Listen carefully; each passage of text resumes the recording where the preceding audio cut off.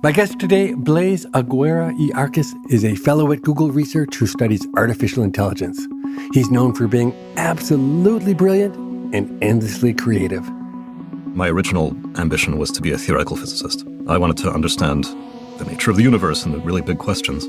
And honestly, I didn't think about computers as a serious thing, as like what I would be doing with my life. But of course, the more you play around with something, the better you get at it. Welcome to People I Mostly Admire with Steve Levitt. Artificial intelligence is altering the way we live in fundamental ways that we're only beginning to comprehend. And I can't think of a better person than Blaise to help make sense of it all.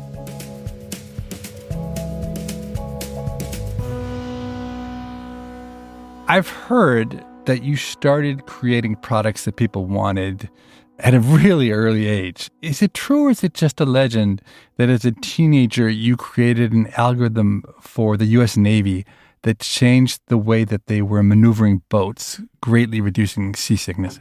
You really have done your research. Yeah, I did. I think I was 14 at the time.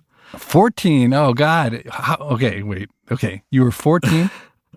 Yeah. So there was this program back then. I don't know if it still exists, but it was a Cold War thing, I suppose. There were programs looking for technical kids in the U.S. I hadn't actually been in the U.S. all that long. I moved with my parents from Mexico City a few years earlier.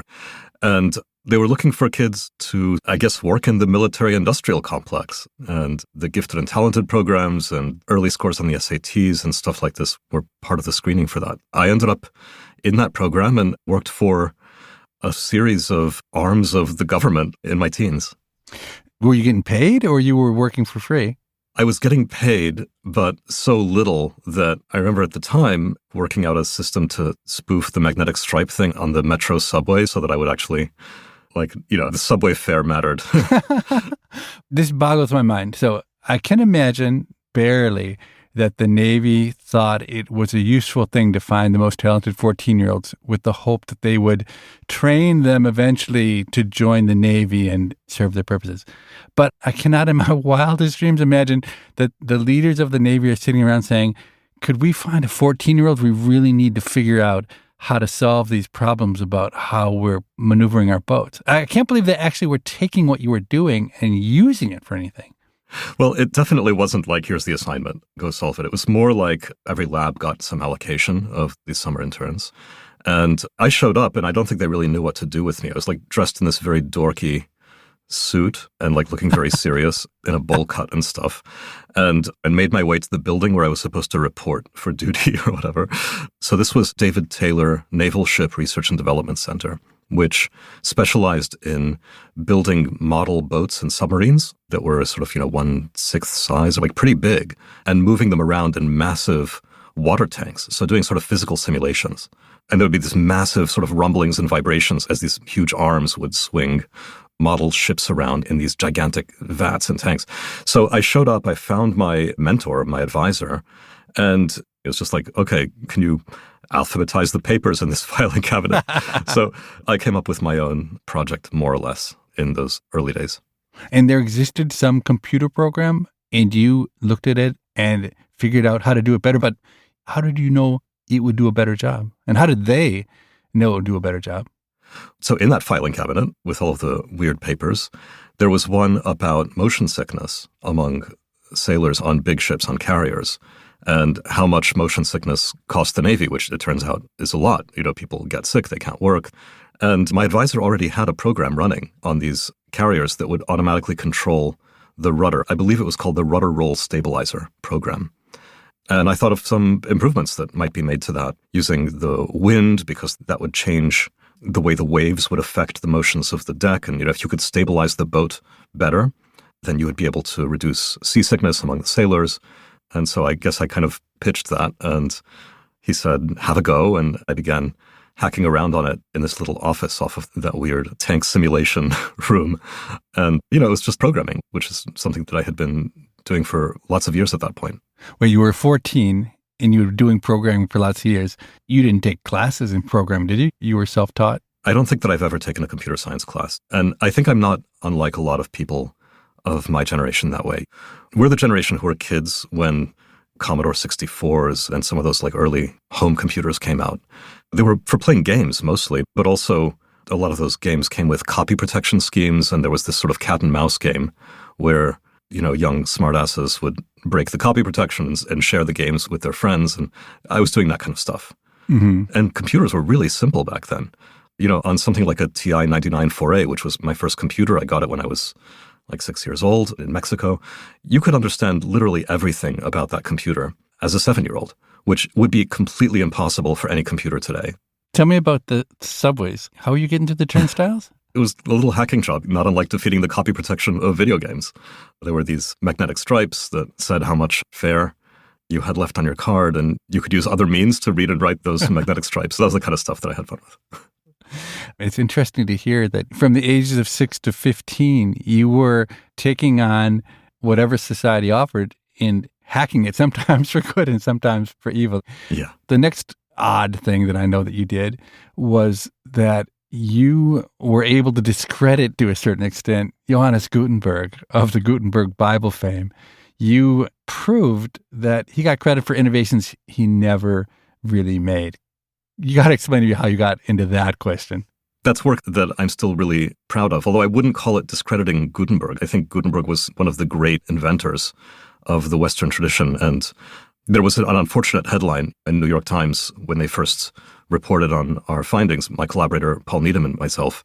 It was like Gutenberg discredited or something. And that's not how Paul or I feel about it at all, but a little bit of the backstory. So I went to Princeton to study physics and also took a lot of humanities courses there. And one of those was about the history of books as physical objects. There were a bunch of people at Princeton, Tony Grafton and Paul Needham, who is the world expert on Gutenberg, who were really obsessed with books as physical objects. The genesis of the idea was really simple.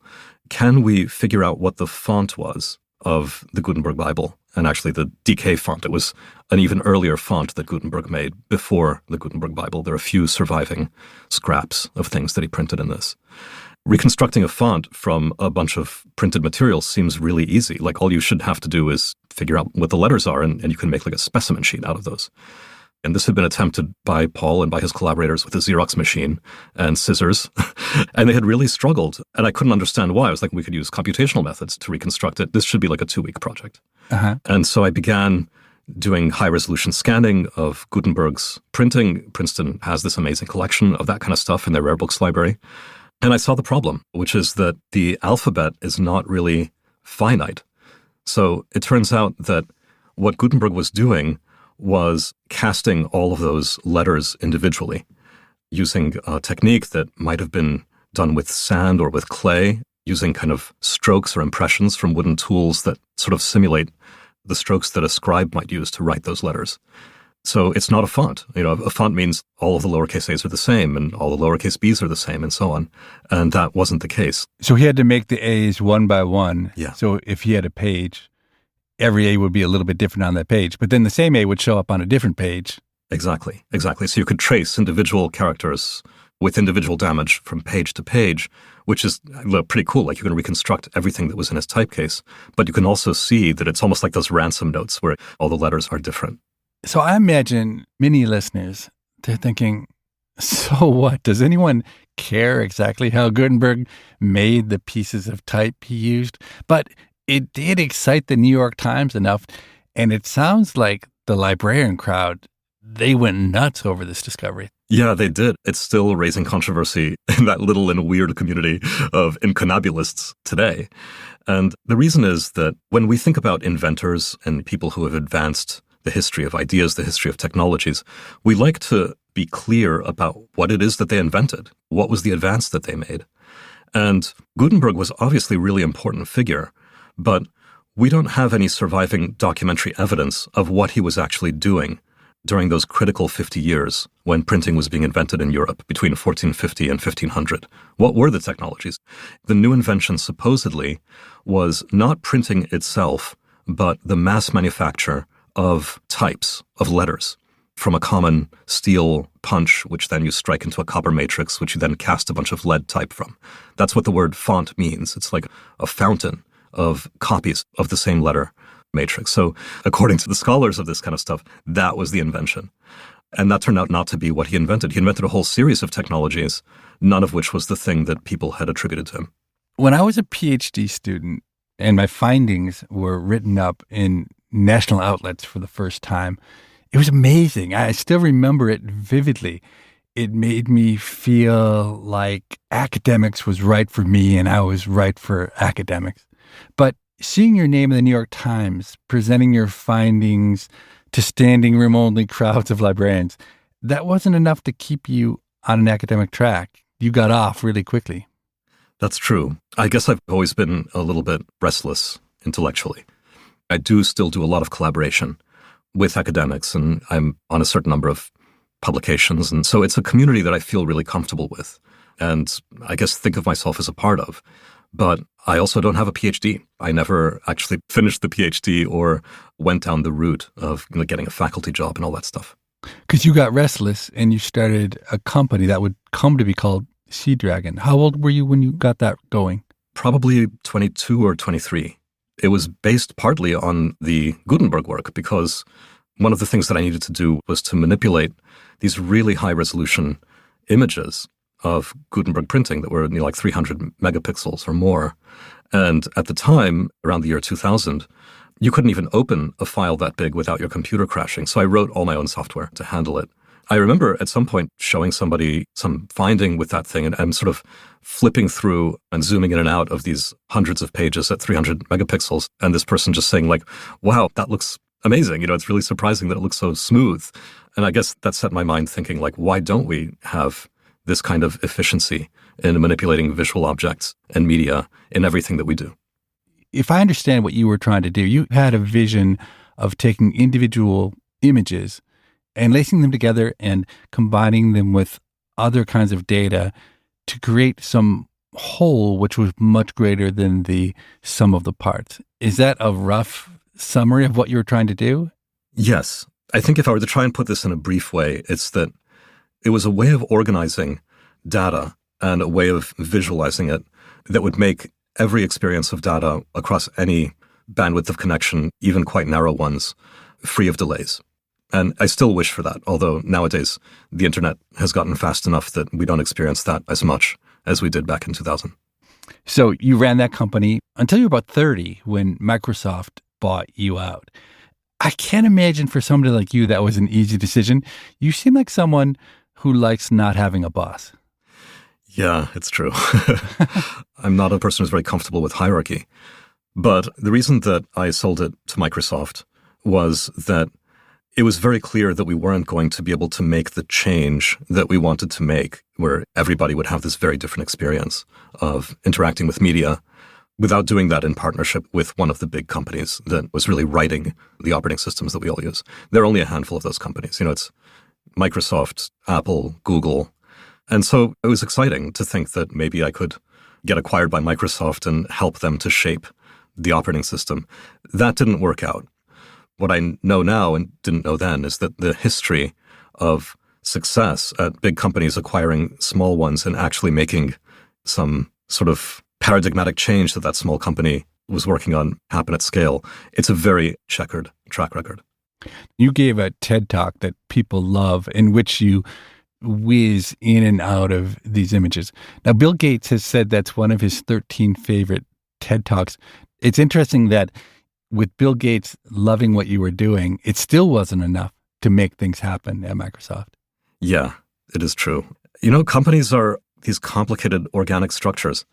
And even at Microsoft, Bill was often frustrated by the company not acting on a bunch of stuff that he thought was obvious and should happen.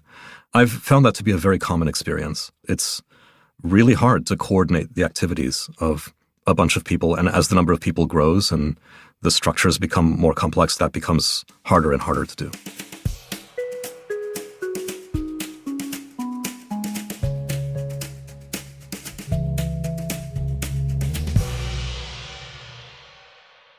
Eventually you moved to Google, where I get the sense you're allowed to pretty much do whatever you want. Is that true? Well, boy. I'm going to take that as a yes. If it takes you that long to say it, I'm going to take that as a yes. Yeah, I mean, I've certainly been given a lot of latitude. I'm very, very lucky in that way.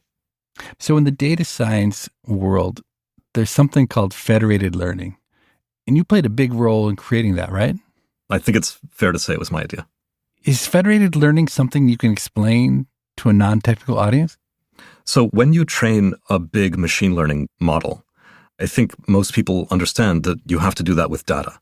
And the usual approach is to gather all of that data in the data center, and then you have a bunch of processors there that crank away on that data to train the model. The problem is that in many cases, the data that you would want to gather into one place to train that model are private, and people don't want to share it. You can imagine a bunch of hospitals would want to work together to try to build a program that will help them diagnose better or do payments better or something. But they don't want to send all the data to you at Google because they don't trust Google, say. That would be one example. Absolutely. I mean, in the health case, it's not even a question of trust, but of legality. The HIPAA regulations in the US, and there are similar ones in Europe and elsewhere, make it illegal for that kind of data to be shared with a company, except under very onerous constraints. So the idea of mixing everybody's data together to train a model is just legally very hard. Another example, I think the first place we deployed this was actually on the smart keyboard of Android phones. So when you have that little strip of potential next words, in a way, this was like one of the first language models that was in broad use. It's predicting what you're typing. The obvious way of training a model like that is to have all of the text that everybody types on their Android phones sent to Google servers to build the model for that. But I don't think that it's ethical for a company like Google to eavesdrop on all of your keystrokes. It's one thing if you're typing into the Google search box. It's another thing if you're typing into another app or making a local note on your phone. And that means that those data should not be shared with Google. So how can you train a model with everybody's data without actually sharing the data? And the answer is that you can take the training algorithm and distribute or decentralize that. So you actually run the training on everybody's phones. It's almost as if that sort of cloud of phones becomes a giant distributed supercomputer that does the training, in this case, at night when you're charging your phone. There's a little bit of activity happening to train that collective model and to do it in a way that guarantees that none of what you type can be reconstructed by Google or by any eavesdropper on the network. Is that the kind of thing that you can patent? Do you have lots of patents in this space? Well, I do have probably, I don't know how many patents I have, but I've tried not to do too much patenting at Google. At Microsoft, I ended up getting tapped a lot for patent writing. I'm not a big fan of the patent system personally. I think that it started off as a way to protect small inventors and entrepreneurs, but it has really turned into something else that I'm not crazy about. You're a hacker at heart, right? Yeah, I guess so. You don't really like big tech that much. Well, I don't want to bite the hand that feeds me here. But no, I mean, I'm a fan of innovation. And insofar as patents help innovation, they give a protected space for inventors to realize their invention before it gets ripped off, I guess. That's great. But when it does the opposite, when it becomes an impediment to invention, then obviously it's no longer working as intended. Federated learning, the goal was very much to just publish all of these findings and methods and popularize them. It's a little bit like cryptography. It doesn't work in some sense unless you can open source the code and be very transparent about what you're doing. If you're claiming the data aren't moving off the device, that claim is only credible if your algorithm is out in the open. We'll be right back with more of my conversation with Blaise Agüera y Arcas after this short break.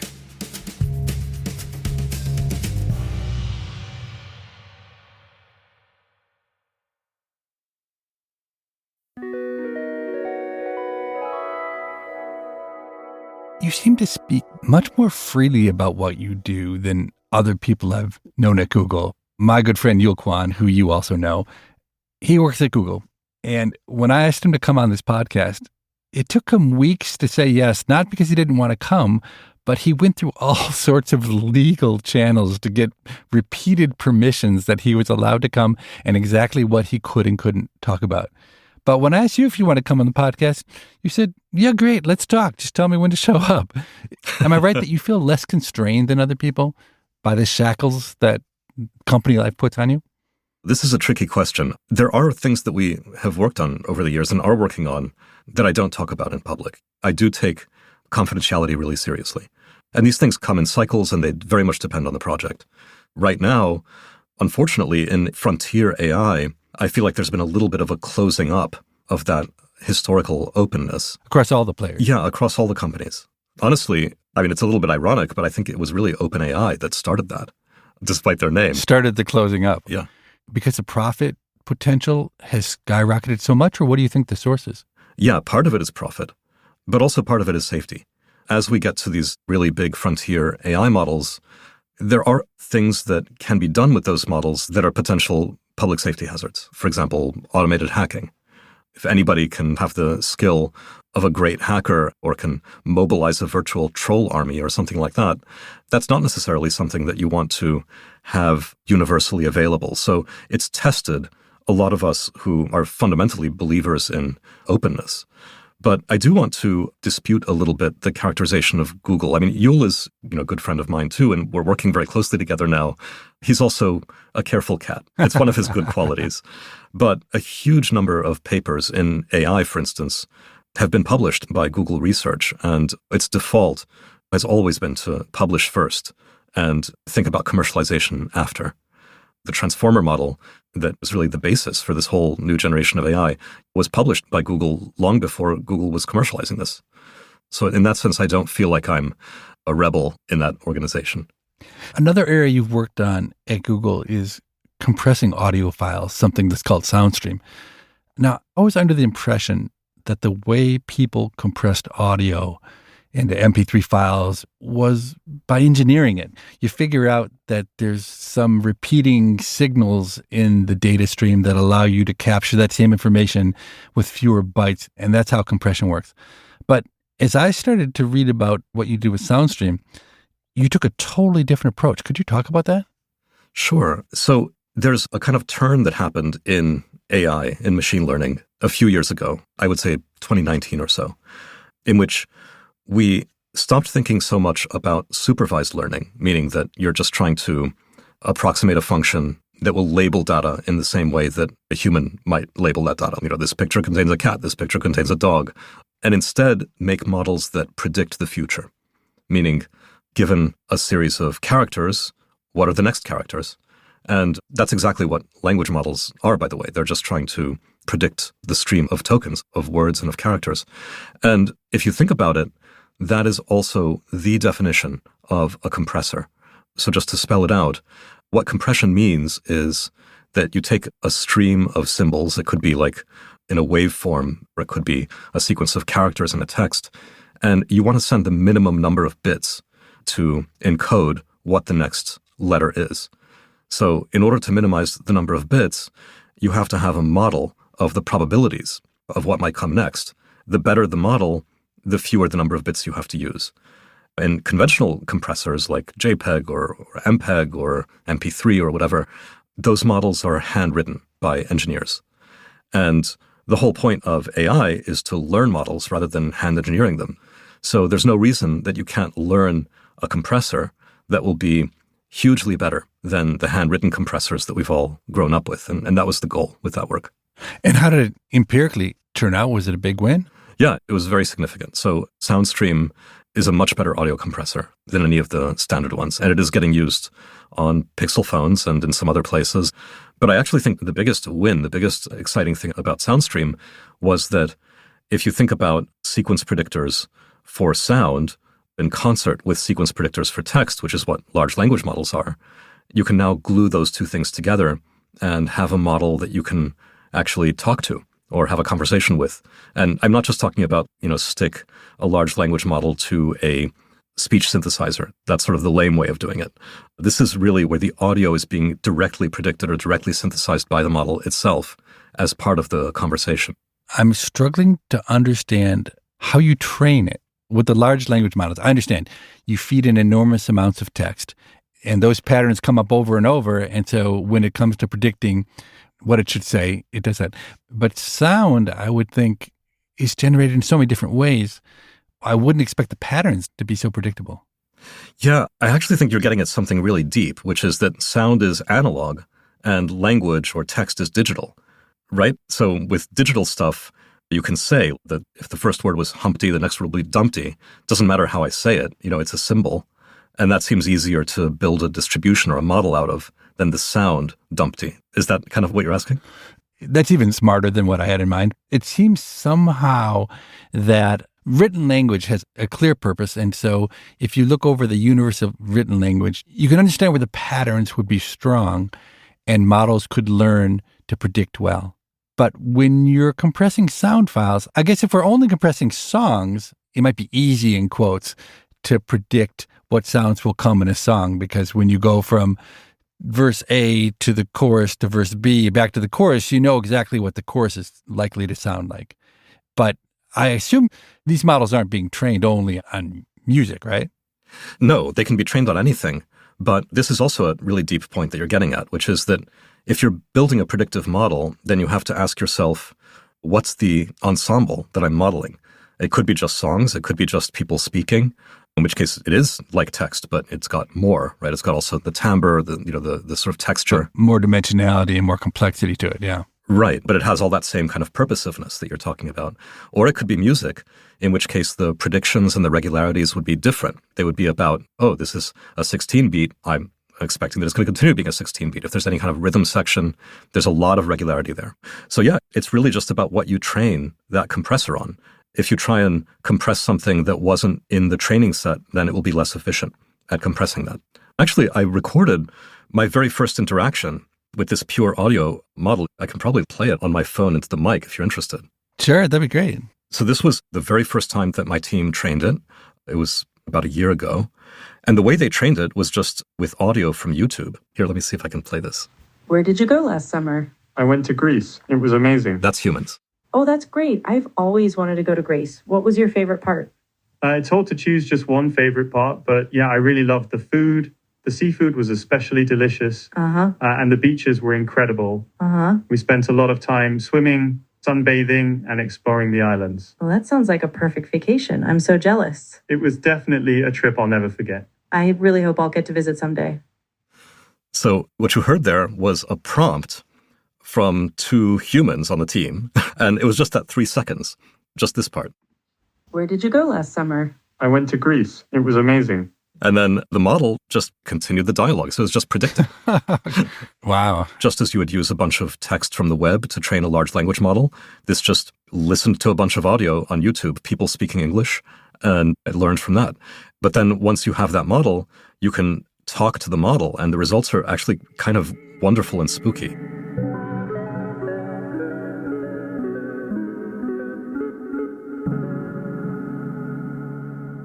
So in addition to the Soundstream work and the work you've done on large language models, you've also taken a very public role arguing that the current AI models have already achieved what we'd call general intelligence, and saying that AI is making strides towards consciousness. So I have two questions, and they're motivated by listening to those tapes you were just playing, which do have that eerie feeling that makes you wonder what the heck is going on. What is AI doing?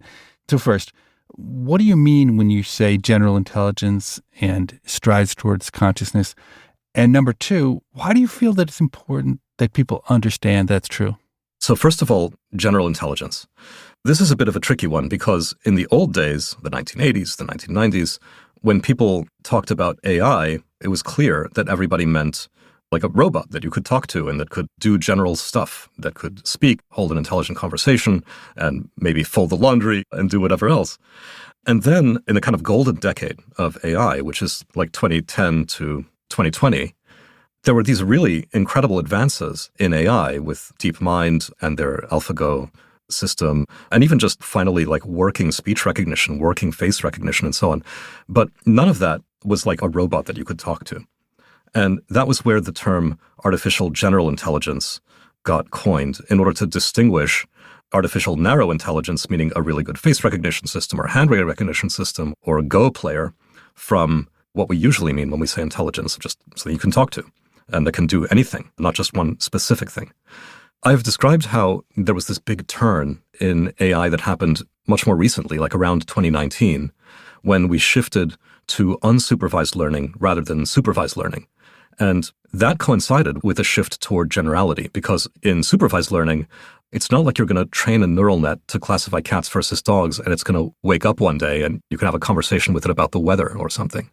That's all it does. Like the best it can possibly do is 100% performance on the kind of training data that it was trained on. But when you start to train in an unsupervised way, where it's just predicting the future given the past, and do that specifically with language, then something amazing happened, which is that we got out these systems that you could have conversations with and that did seem to be general. And that was a real shock. You were there at the very beginning when Google was developing these first models. Was there a moment when you started interacting with some of these models and you thought, my God, this is not what I expected to happen?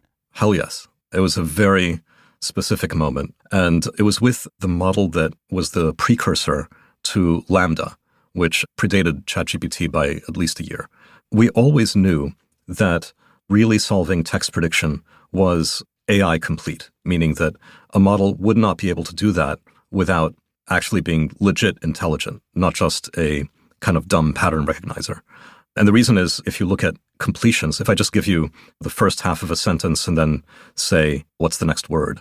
Sometimes it's obvious. If it's Humpty, the next word is Dumpty. If it's Helter, the next word is Skelter. It doesn't take intelligence, right? But if I've given you a sentence that is a word problem and the next word is the answer, then you have to now understand word problems and do math. If it's a short story and it's like, at this point, Jane Eyre was feeling blank, well, now you have to have theory of mind and you have to have empathy for people in a story. You know what I mean? Like, it brings in everything. So we always knew that really solving next word prediction would be AI complete. And the assumption was that using the kind of simple brute force models that we were using would therefore have a ceiling. They would never be more than mediocre. But the shock was that by just scaling up those models and using a new generation of techniques, they started to actually be able to solve those word problems, say what Jane Eyre was feeling, have an actual conversation. By just throwing the kitchen sink at it, we seemingly got artificial general intelligence. When I talk to these models, two things come to mind. One is, it is absolutely amazing how human they sound and what they can do. And the second thing is, what's really bizarre is that this is a term you've used, they're just bullshitting 100%. Right. So when they describe what their favorite island is, what justification do they have for liking the Hawaiian Islands, for instance? It's just made up. Right. They haven't been to any islands. I think people have been very resistant to the idea of these models having general intelligence. I think for a lot of the wrong reasons, but I think also because there's this deep sense that there's no there, even though in some sense there is. These are such deep and interesting philosophical waters. The moment you start to have something that behaves intelligent, the question like, well, but is it really intelligent, is an interesting one to ask. A lot of philosophers talk about this as the philosophical zombie problem. Could it be that something could behave like a person, but is dead on the inside, has no inner life? There's no there, there's nobody home. Is that meaningful? But the trouble with the whole philosophical zombie question is that it's almost like a frontal attack on the whole idea of doing science. Like the moment you start to say, well, this thing behaves like X, but it's not really X, you don't believe it, but there's no test that lets you distinguish, then you're now in a world of faith-based belief rather than science. And this is one of the things that led Alan Turing to propose the Turing test. He was basically saying, look, if all of the tests check out, then that is your answer. And I'm kind of with Turing on that one. It can be a shock. It can be a little bit of a Copernican moment, right? Of, oh my God, the sun doesn't go around the earth like the earth goes around the sun. Maybe intelligence is this much more general, accessible faculty. It doesn't have to depend on any particular biological substrate. It doesn't have to be a person in the sense that we've always understood persons. But I'm sure that we're going to be debating this one for a long time to come because it really cuts to the quick of what we consider to be our special sauce as humans. You're listening to People I Mostly Admire with Steve Levitt and his conversation with Blaise Agüera y Arcas. After this short break, they'll return to talk about Blaise's all-consuming hobby.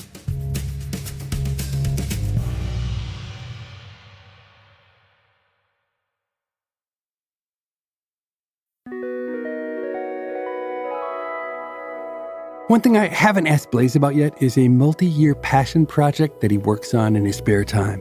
It's completely different from his AI work, but just as interesting. We've been talking about what you do formally at Google, but you have a hobby that you put an enormous amount of work into, which you started many years ago, where you are doing a massive survey project, which eventually became the backbone of a book entitled, Who Are We Now? Did you know when you started how massive this project would end up being? No, I did not. I would never have undertaken that project. Honestly, there are so many things I do that I would never have undertaken if I had known in advance how much work it would be. Our optimism is why we do stuff, and our stubbornness is why we keep doing stuff. But yeah, I started it back in 2016 when Trump was running for the presidency, and I was trying to understand why his campaign seemed like it was encountering so much success. I was also doing a lot of work on fairness in AI systems, and that required understanding human identity better. So there was a work part of it, which was about understanding identity for the purposes of investigating fairness in machine learning systems. And there was a personal part of it, which was understanding how identity politics was reshaping society. I began running all of these surveys on Mechanical Turk, which is this gig working platform, kind of like Uber or something, but for people to do information tasks at home on their computers. And so I began submitting these little tasks that were just filling out questionnaires of a few dozen questions, yes/no questions. They'd only take a few minutes to answer. How much would someone get paid for doing that? Like a couple bucks. Couple bucks, okay. So on an hourly basis, I was definitely paying pretty good money. But it started to turn into an expensive hobby as I began to try this with thousands of people because the data were really interesting. And I sort of got hooked on running these surveys, analyzing the data, and generating more questions out of that. Because these questions that try to connect identity, meaning how do you identify in one way or another? What are the behaviors that are usually associated with that identity? And how do you present? Started to turn up all kinds of patterns that were very counterintuitive to me and that more and more felt like there were things I should write about and share because I thought they would probably be surprising and informative to other people too. Reading the book this turned into, it was so interesting because it's different from other books. There are books written by academics for academics, and these books worry an enormous amount about the details. They're very rigorous, they're narrow, and they are essentially unreadable for a layperson. And then there are popular books written by academics, and these intentionally gloss over the details and they focus on fun stories that hopefully have some scientific merit. But your book, Who Are We Now?, is neither of these. You approach this subject with the depth of thought of a leading academic, but with a degree of rigor that I'd call pragmatic as opposed to the sometimes paralyzing obsession with rigor that academics demand. And you couple this with a kind of ferocious curiosity and breadth of interest that academia inevitably beats out of people. So both of those things, they make this book addictive to read, even though it doesn't follow the usual rules of popular science or popular social science books. Is what I'm saying make any sense to you? Not only is it making a ton of sense, that is an incredibly kind review. And if I never get a better one for this book, I will die happy. So here's one that I found really interesting. In your data, nearly 95% of the 65-year-olds report being heterosexual, as opposed to 76% of 19-year-olds. Or stated another way, the share of 19-year-olds who identify as not heterosexual is 5 times greater than for 65-year-olds. So what do you make of that? There are similar extreme rises among young people for a lot of other questions about queerness, being trans, various forms of gender and sexual identity. The first question to ask about that is this a change in the definition of those words? Is it something biological that is somehow changing in the population? Is it the case that it's a cultural change and our behaviors and identities are informed by the culture and we're seeing kind of a cultural pattern? And the answer is all of the above. The book goes into a lot of details about many of these findings, and it has, a 3-digit number of graphs in it, which, as you say, is definitely unusual. It's unusual both in popular books and in scientific books, for that matter. One of the things that's interesting about the project is that you were so persistent with it. You have 4 years of data asking the same questions, and those results were to me, the craziest of all. The share of middle-aged men identifying as bisexual, it nearly doubled in just a few years over the time that you were collecting the data. So those changes over time are really powerful evidence of cultural change. I should say there's still an open question about, well, were a lot of men bisexual all along and they're only coming out of the closet because there's now a cultural change that allows that to happen? Or is it the case that the number of men who are bisexual is changing? Part of it is a change in definitions, so what it means to be bisexual is changing. But there's also strong evidence that we're not only seeing the unmasking of people who are quote-unquote bisexual all along, but also changes in the realities of people's behaviors. This really starts to get into some very nuanced questions about what reality is. What does it mean to be bisexual? If you ask different people in different parts of the US, you will get very different answers. One general pattern, for instance, is that in the countryside, people tend to be more behavioristic about what those questions mean. It means people who are sleeping with other people of the same sex. Whereas in the city, it's more identitarian. It's more like, well, it's how you identify. And the difference matters because, for instance, if you are bisexual, but you're monogamous and in a heterosexual marriage, you're more likely to continue to identify as bisexual in the city than in the countryside. The book, even though it starts off with these very literal-minded questions, it starts to get into some pretty philosophical, epistemological questions. And a lot of what it points out is that there is no ground truth for a lot of these kinds of things. So following up on the idea of city versus countryside, you do a lot of analyses where you compare answers of people who live in low-density places to high-density places. And the divergence in their responses was far beyond what I ever could have imagined. Let me just list off a couple of examples. So about 10% of the people who live in densely populated areas say that white Americans are being systematically undermined or discriminated against. In really rural areas, that number is about 50%. So 10% versus 50%. Should we be more aggressive in deporting illegal immigrants? High-density folks, 15% agree with that statement. And the low-density folks, 70% agree. One last one that I thought was so striking. Is homosexuality morally wrong?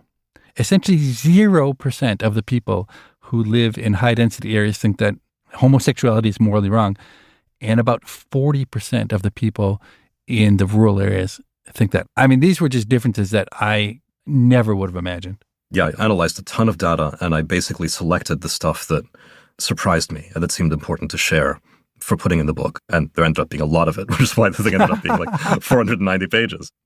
If I had to summarize your worldview based on that book, I'd say that you believe that in a world of us versus them, the more expansively we define the term us, the better off we'll all be. And you think that us shouldn't stop, say, at national borders, where we say, oh, we're Americans and it's us against the world. But it's also, you go way beyond humans and you're willing to include nature, machines, factories, artificial intelligence in your definition of us. Yeah. And that's a really interesting perspective, but maybe requires some explanation for someone who's just hearing this for the first time. I'm sure it does. And it probably sounds a little bit crazy. But at some level, a lot of history is about expanding our ideas about what counts as us and becoming a little less parochial about it over time. And this connects back to some of the questions about intelligence and whether it's uniquely human or not. You know, if we go back to Descartes, a lot of his arguments were that humans, of course, have souls, but animals don't. So if we see parallels between the way animals behave and the way humans behave, then all of those parallels have to be based on the machine-like parts of us. Now, as a scientific person, I don't believe that. I think that there's a huge amount of continuity between us and animals and the rest of nature, and we evolved along with everything else on Earth. When you see, ants creating fungus farms, like that is farming in the same way that we farm. You can even turn things upside down a little bit in the same spirit that Dawkins did with selfish genes. He talked about genes having a kind of agency and reproducing, sometimes even at the expense of the larger organism. And you could say that certain grasses, wheat, and cows have used us as reproductive vectors in order to spread, across the surface of the earth. So we're part of this big symbiotic system. It's kind of a spaceship Earth sort of picture that absolutely includes all of the things that we have considered to be part of nature but not part of humanity.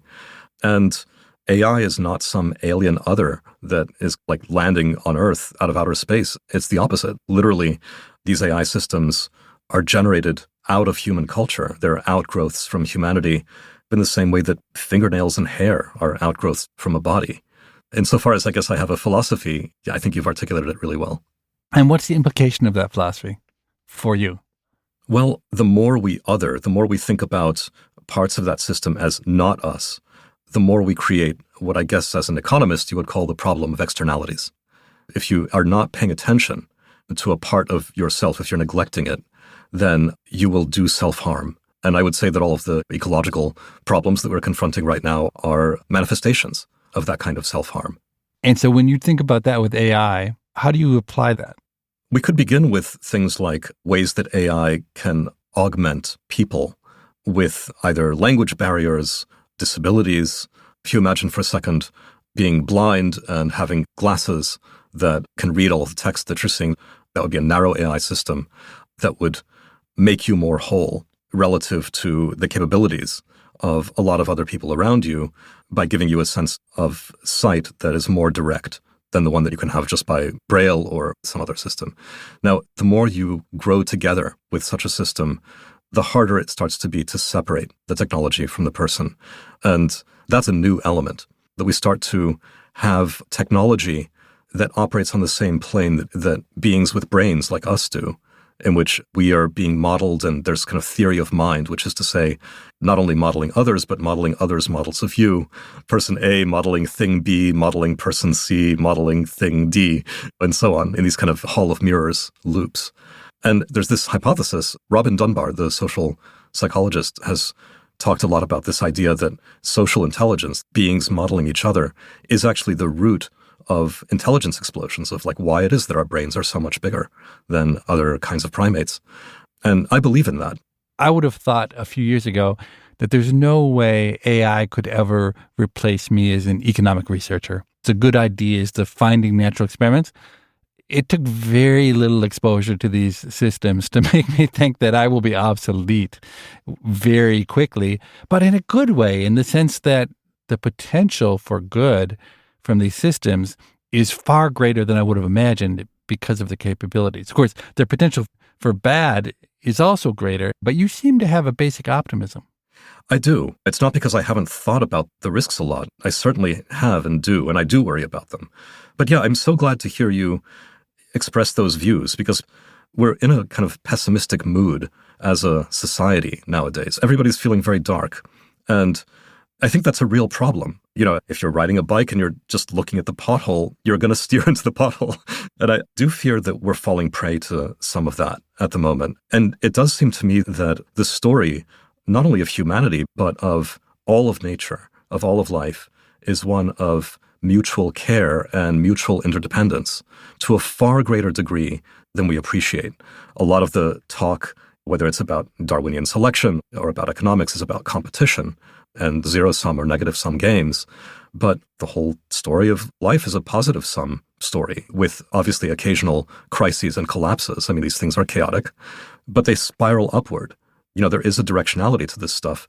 And what powers that upward spiral is mutual care and mutual modeling, whether that's literally the cells in our body caring about each other enough to aggregate together into an organism that is greater than the sum of its parts, to societies where you get to make this awesome podcast and I get to be on it because of all the people who have made the technologies that we're using to communicate right now and to distribute all of this.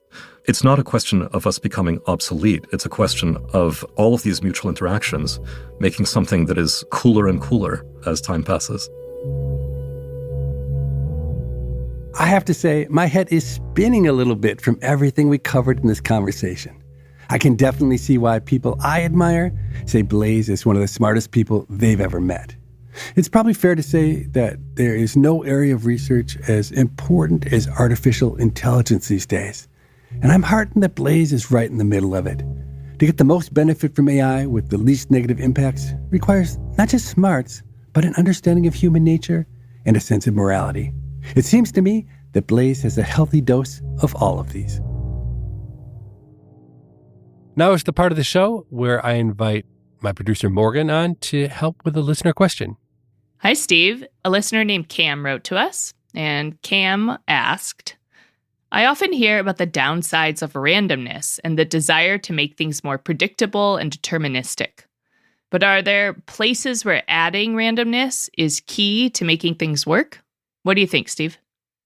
I love this question, but I'm going to use a different word in responding than randomness. I'm going to use the words risk or variance, and I'll use them interchangeably. That's the nomenclature that economists use, and I think it more intuitively captures the ideas we'll talk about. Well, can you first explain why risk is generally viewed negatively, though? Yes. One of the most basic concepts in economics is the idea of decreasing marginal utility of income. And the idea is that the more money you have, the less good an extra dollar does. Let's just say that you could live a life in which you got $1 million a year for every year of your life. Now imagine that instead of getting $1 million for sure every year, when you're born, you had to flip a coin. And if it comes up heads, you don't get $1 million, you actually get $2 million every year of your life. But if it comes up tails, you get literally zero income for your entire life. It's really obvious in this setting that certainty is good, right? $1 million a year, you do great. If you have $2 million a year, sure, you're a little better off. Not twice as good because you already have most of the things you want. But zero is an absolute disaster. It's infinitely bad. Okay, so that is the setting in which it's really clear that risk is bad. And it's the same in financial markets. And that's the premise by which economists tend to try to convince people that risk is really bad. Okay, but to Cam's question, are there ever times when you want to invite risk into a scenario? There absolutely are. And I'll give you one very specific example.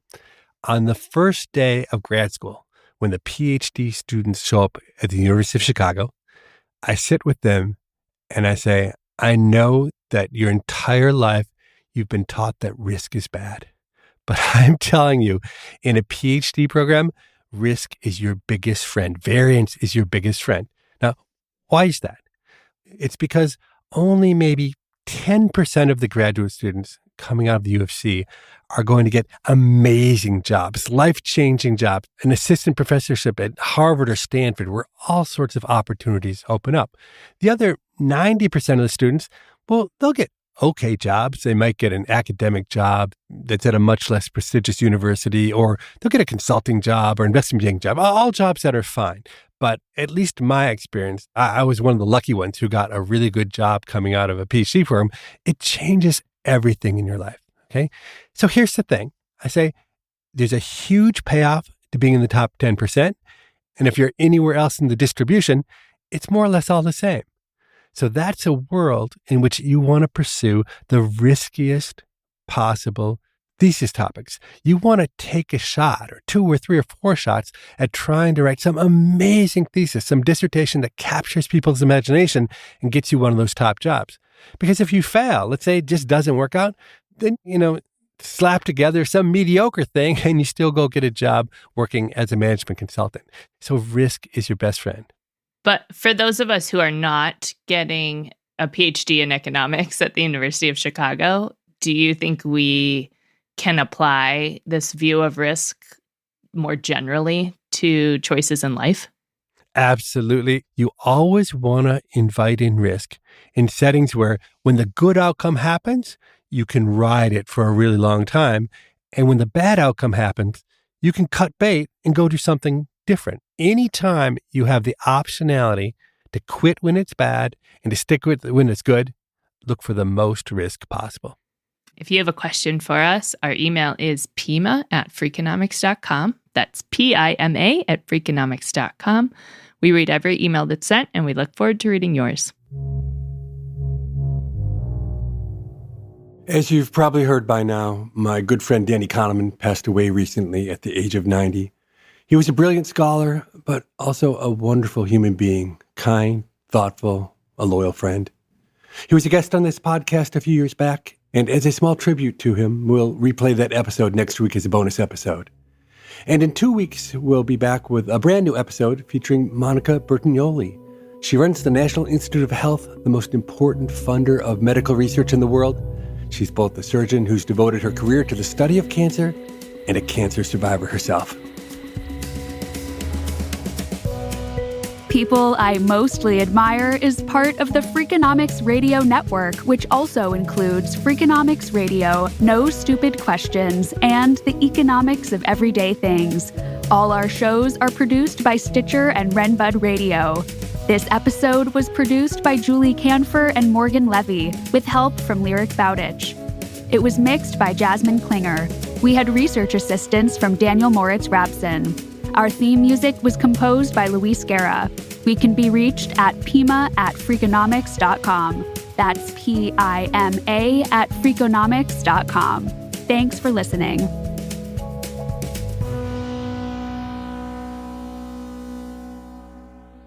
Do you know who wrote The Unbearable Lightness of Being?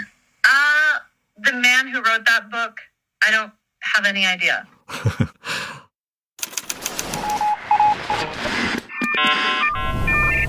The Freakonomics Radio Network, the hidden side of everything. Stitcher.